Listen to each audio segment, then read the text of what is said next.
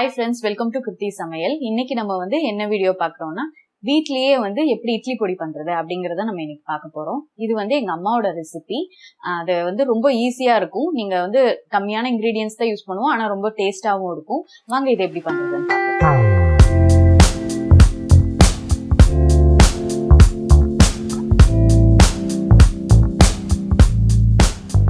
இதுக்கு இப்ப தேவையான இன்கிரிடியன்ஸ் என்னன்னு பாத்திரலாம். இதுக்கு ஸ்பெஷலா எல்லாம் எதுவும் வாங்க வேண்டியது இல்ல. வீட்டுல இருக்க திங்ஸ் வச்சே நம்ம பண்ணிக்கலாம். கம்மியான ஒரு 6 இன்கிரிடியன்ஸ் வச்சுதான் நம்ம செய்ய போறோம். வாங்க இது என்னன்னு பாத்திரலாம். இன்கிரிடியன்ஸ் வேற எதுவும் ஸ்பெஷலா இல்ல, இந்த இன்கிரிடியன்ஸ் வச்சுதான் நம்ம செய்ய போறோம். வாங்க இது எப்படி பண்றதுன்னு பார்க்கலாம். ஃபர்ஸ்ட் இதுக்கு பண்ண வேண்டிய வேலை என்னன்னா, இது எல்லாத்தையும் ட்ரை ரோஸ்ட் பண்ணி எடுக்கிறது. அதுக்காக நான் பேனை ஹீட் பண்ணி வச்சுக்கிறேன். இப்போ ஸ்டவ் ஆன் பண்ணிக்கலாம். வறுக்கும் போது நீங்க ஸ்டவ் சிம்ல வச்சு வறுத்துக்கோங்க. ஃபர்ஸ்ட் நான் கடலைப்பருப்பு எடுக்கிறேன். அது இப்ப உள்ள சேர்த்திடலாம்.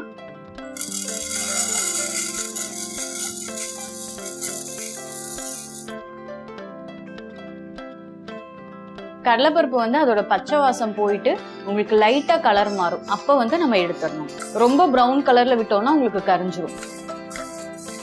அதனால லைட்டா நிறம் மாறும் போதே நீங்க இதை எடுத்துடலாம். சிம்லயே வச்சு வறுத்தோம்னா உங்களுக்கு ரொம்ப நேரம் எடுக்கும். அதனால கொஞ்சம் ஹைல வச்சுட்டு அதுக்கப்புறம் நீங்க சிம் பண்ணிக்கலாம். ஆனா கரிஞ்சிராம அந்த கலர் ரொம்ப பிரவுன் ஆகாம பாத்துக்கோங்க. பாருங்க, இந்த மாதிரி லைட்டா கலர் மாதிரி இருக்கு. இப்ப நம்ம இதை எடுத்துடலாம். இப்ப கருப்பு உளுந்து நம்ம உள்ள சேர்த்திடலாம். இதுவும் அதே மாதிரிதான். கொஞ்சம் ஃபர்ஸ்ட் சிம்ல வச்சுட்டு அதுக்கப்புறம் ஹை பண்ணிட்டு அதுக்கப்புறம் நீங்க சிம்ல வச்சுக்கலாம். இதுவும் லைட்டா கலர் மாறும் போது நம்ம இதை எடுத்துடணும். பாருங்க, இப்ப லைட்டா கலர் மாறிடுச்சு. இப்ப நம்ம பிளேட்டுக்கு ஷிஃப்ட் பண்ணிக்கலாம். இப்ப வரமிளகாய் எடுத்திருக்கோம். வரமிளகாய் காம்போடையே போட்டுக்கலாம். அது அப்படியே உள்ள போடுறேன். அது இப்ப ஸ்டவ் ஹை பண்ணிக்கலாம். வரமிளகாய் நீங்க இப்ப ஹைல வச்சுட்டு வறுக்கும் போது உங்களுக்கு வெடிக்கும் போது சன்னம் பண்ணிருங்க. அதுக்கப்புறம் லைட்டா கலர் மாறி கருகாம பார்த்து எடுத்து வச்சுக்கணும். இந்த மாதிரி டைம்ல இப்ப பாருங்க, லைட்டா கலரும் மாறி இருக்கு, உங்களுக்கு கருகவும் இல்ல. இப்ப பிளேட்டுக்கு ஷிஃப்ட் பண்ணிக்கலாம். கருவேப்பிலை சிம் பண்ணி வச்சுட்டு போட்டுக்கலாம். இப்ப ஹைல வச்சுக்கலாம். இதுவும் அதே மாதிரி தான். இந்த பச்சை கலர் கொஞ்சம் மாறணும், அப்புறம் கருகாம எடுத்துடணும். உங்களுக்கு லைட்டா கலர் மாறும் போதே நீங்க சிம் பண்ணி வச்சுக்கோங்க. ட்ரிப் போடுறோம் இல்லைங்களா, அது மட்டும் உங்களுக்கு லேட் ஆகும்.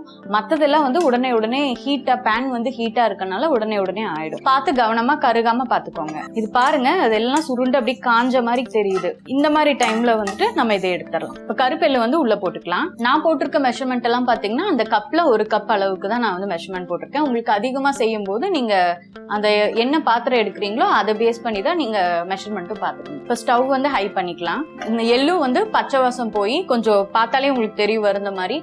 அந்த மாதிரி டைம்ல நீங்க எடுத்துடணும். கருகு விட்டுறக்கூடாது. இப்போ கரெக்டா பதம் ஆயிடுச்சு. இப்ப நம்ம இதுல உப்பும் நம்ம வறுத்துதான் போடணும். அதனால கல்லுப்பு நான் உள்ள ஆட் பண்றேன். உப்புல உங்களுக்கு ஈரப்பதம் போனாலே உங்களுக்கு அதுலயே தெரியும், மொறுமொறுன்னு வரும். அந்த டைம் நம்ம உப்பு எடுத்துடலாம். உப்பு சப்போஸ் பத்தல அப்படின்னா நீங்க தனியா அரைச்சதுக்கு அப்புறம் கூட நீங்க வறுத்து ஆட் பண்ணிக்கலாம். ஆட் பண்ணி மிக்சியில ஒரு ரவுண்டு சுத்தி விட்டுக்கலாம். உப்பு இந்த பேன் சூட்டுக்கே ரெடி ஆயிரும். பாருங்க, ஈரப்பதம் எல்லாம் போயிருச்சு. இப்ப நம்ம இதை எடுத்துடலாம். இதை 10 நிமிஷம் ஃபேன்ல ஆற வச்சுக்கலாம். அதுக்கப்புறம் இதை நம்ம அரைச்சு எடுத்துக்கலாம். இப்போ இது 10 நிமிஷம் நல்லா ஆறிடுச்சு. இப்ப நம்ம இதை அரைச்சு எடுத்துக்கலாம். இப்ப இது எல்லாத்தையும் உள்ள சேர்த்திடலாம்.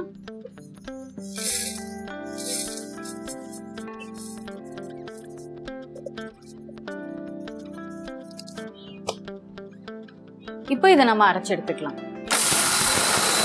இப்ப இது அரைச்சாச்சு. இப்ப கடைசியா இந்த 5 பல்லு பூண்டை அப்படியே உள்ள போட்டு நம்ம அரைக்க போறோம். தோலோட தான் பண்ண போறோம்.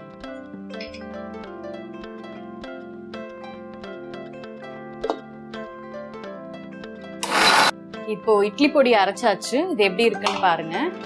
ரொம்ப திரியாவும் இல்லாம ரொம்ப பொடிசாவும் இல்லாம அரைச்செடுக்கலாம். இப்போ இட்லி பொடி ரெடி ஆயிடுச்சு. வீட்லயே எப்படி ஈஸியா பண்றது அப்படிங்கறது இந்த வீடியோல பாத்துருப்பீங்க. இந்த ரெசிபி உங்களுக்கு பிடிச்சிருந்ததுன்னா மறக்காம லைக் பண்ணுங்க, என் சேனலை சப்ஸ்கிரைப் பண்ணுங்க. உங்களுக்கு ஏதாவது கமெண்ட் பண்ணும் அப்படின்னு நினைச்சீங்கன்னா, உங்களோட எக்ஸ்பீரியன்ஸ் ஷேர் பண்ணும், இல்ல ஏதாவது டவுட்ஸ் இருக்கு அப்படிங்கிற போது நீங்க கமெண்ட்ல எங்களுக்கு போஸ்ட் பண்ணலாம். தேங்க்யூ.